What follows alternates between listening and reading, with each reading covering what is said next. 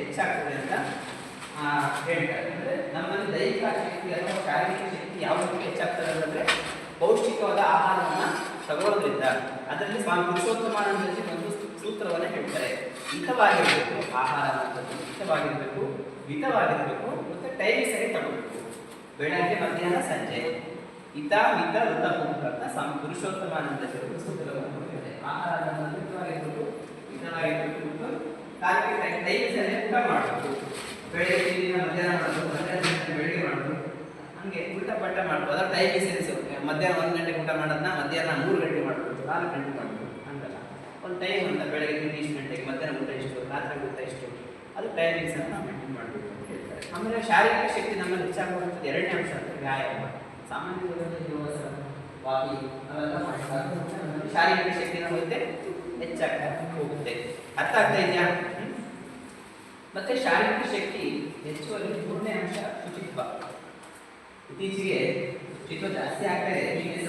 ಬಹಳ ಅಂದರೆ ನಮ್ಮ ದೇಹದ ತುಂಬ ಜನ ಇವತ್ತು ಸಹ ಹಳ್ಳಿಯಲ್ಲಿ ಹೋಗ್ತಾರೆ, ಟೌನಲ್ಲಿರೋರು ಪ್ರತಿದಿನ ಸ್ನಾನ ಮಾಡ್ತಾರೆ. ಹಳ್ಳಿಯಲ್ಲಿರೋ ಕೆಲವರು ಮನೆಗಳಂತೆ ವಯಸ್ಸಾದವರು ವಾರಕ್ಕೊಮ್ಮೆ ಸ್ನಾನ ಮಾಡಿದ್ದಾರೆ, ದಿನಕ್ಕೆ ಸ್ನಾನ ಮಾಡೋರು ಇದ್ದಾರೆ, ವಾರಕ್ಕೊಮ್ಮೆ ಸ್ನಾನ ಮಾಡೋರು ಇದ್ದಾರೆ, 15 ದಿನಕ್ಕೊಮ್ಮೆ ಸ್ನಾನ ಮಾಡೋರು ಇದ್ದಾರೆ. ಅಂದರೆ ಇವತ್ತಿಗೂ ಸಹ ಅವೇರ್ನೆಸ್ ಕಡಿಮೆ ಇದೆ, ಇದನ್ನು ಹೆಚ್ಚಿಸಬೇಕು. ಆ ಶುಚಿತ್ವದ ಮೂಲಕ ನಮ್ಮಲ್ಲಿ ಶಾರೀರಿಕ ಶಕ್ತಿಯನ್ನು ಹೆಚ್ಚಿಸಬೇಕಂದ್ರೆ ಪ್ರತಿದಿನ ಸ್ನಾನ ಮಾಡೋದ್ರಿಂದ ನಮ್ಮಲ್ಲಿ ಏನಾಗ್ತದೆ, ದೇಹ ಅನುಕೂಲವಾಗುತ್ತದೆ. ಈ ಸ್ನಾನ ಮಾಡೋ ವ್ಯಕ್ತಿ ನೋಡಿ, ಸ್ನಾನ ಮಾಡದೇ ವ್ಯಕ್ತಿ ನೋಡಿ, ಅದು ನಾವು ಸಾಕಷ್ಟು ವ್ಯತ್ಯಾಸಗಳನ್ನು ಸೂಕ್ಷ್ಮ ಕಾಣಬಹುದು. ಆ ಸೂಕ್ಷ್ಮತೆ ಇದ್ರೆ ನಿಮ್ಗೆ ಗೊತ್ತಾಗ್ತದೆ. ಇಲ್ಲಾಂದರೆ ಎಲ್ಲರಂತೆ ನಾನು ಅವರು ಅಂತ ಅಂದ್ಕೊಳ್ತೇನೆ ಅಷ್ಟೇ.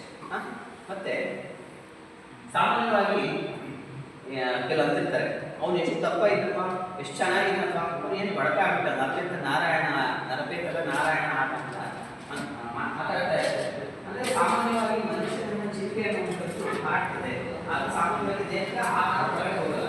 ಚಿಂತೆಗಾದರೆ ಔಷಧ ಮಾಡ್ತಾರೆ, ಔಷಧ ಪ್ರಮಾಣ ಕಡಿಮೆ ಮಾಡ್ತಾರೆ. ಸಾಮಾನ್ಯವಾಗಿ ದೇಹ ಕೃಷಿವಾಗ್ತಾ ಹೋಗುತ್ತೆ, ಅಂದರೆ ಸಡಕಾಗ್ತಾ ಹೋಗ್ತದೆ. ಹಾಗಾಗಿ ನಿಶ್ಚಿಂತತೆಯನ್ನು ಬೆಳೆಸ್ಕೋಬೇಕು. ಅದಕ್ಕೆ ಸ್ವಾಮಿ ಜಗದಾತ್ಮ ಅಂತ ಬದುಕಲು ಪುಸ್ತಕದಲ್ಲಿ ಹೇಳ್ತಾರೆ. ಚಿಂತೆ ಅನ್ನುವಂಥದ್ದು ಸತ್ತ ಹೆಣವನ್ನು ಸುತ್ತರೆ, ಚಿಂತೆ ಅನ್ನುವಂಥದ್ದು ಜೀವಂತವಿರುವ ಮನುಷ್ಯರನ್ನೇ ಸುತ್ತುತ್ತೆ ಅಲ್ವಾ. ಚಿಂತೆ ಒಂದೇ 0 ವ್ಯತ್ಯಾಸ ಅಲ್ವಾ. ಸಾಮಾನ್ಯವಾಗಿ ಕೆಲವು ವ್ಯಕ್ತಿಗಳು ಅಥವಾ ಕೆಲವು ಸಂಪ್ರದಾಯದಲ್ಲಿ ತೀವ್ರ ವ್ಯಕ್ತಿಯನ್ನು ಸಾಮಾನ್ಯವಾಗಿ ಅದು ಸ್ಪರ್ಶ ಮಾಡಿ ಅದನ್ನ ಪಂಚಭೂತಗಳಲ್ಲಿ ಅವಕಾಶ ಮಾಡಿಕೊಡ್ತಾರೆ. ಕೆಲವರು ಸಂಪ್ರದಾಯದಲ್ಲಿ ಮೂಡುತ್ತಾರೆ. ಆದರೆ ಏನೇ ಇಲ್ಲಿ ಚಿಂತೆ ಅನ್ನುವಂಥದ್ದು ಜೀವಂತ ಮನುಷ್ಯನ ಸುತ್ತೆ ಅಥವಾ ಸಾಯಿಸುತ್ತೆ, ಚಿಂತೆ ಅನ್ನುವಂಥದ್ದು ಸತ್ಹಣವನ್ನು ಸುತ್ತದೆ ಅಲ್ವಾ. ಹಾಗಾಗಿ ಎಷ್ಟೋ ಜನ ಇದೆ ಕೆಲವರು ಚಿಂತೆ ಮಾಡ್ತಾ ಇರ್ತಾರೆ, ಮುಂದೆ ಏನು ಅಂತ. ಯಾಕಂದರೆ ಇದೆಯಲ್ಲ ಸ್ಟೇಜ್ ಇದೆಯಲ್ಲ, ಯಾಕಂದ್ರೆ ನಾನು ಆ ಸ್ಟೇಜನ್ನು ದಾಟ್ಕೊಡ್ತಾ ಇರೋದ್ರಿಂದ ಈ ಟೈಮ್ ಆಗಿರ್ತದೆ ಗೊಂದಲ ಇರುತ್ತೆ. ಅದು ಮಾಡೋಣ ಇದು ಮಾಡೋಣ, ಮತ್ತು ಮುಂದೆ ಏನು ಕೆಲಸ ಸಿಗುತ್ತೋ ಇಲ್ವೋ ಗೊಂದಲಗಳು.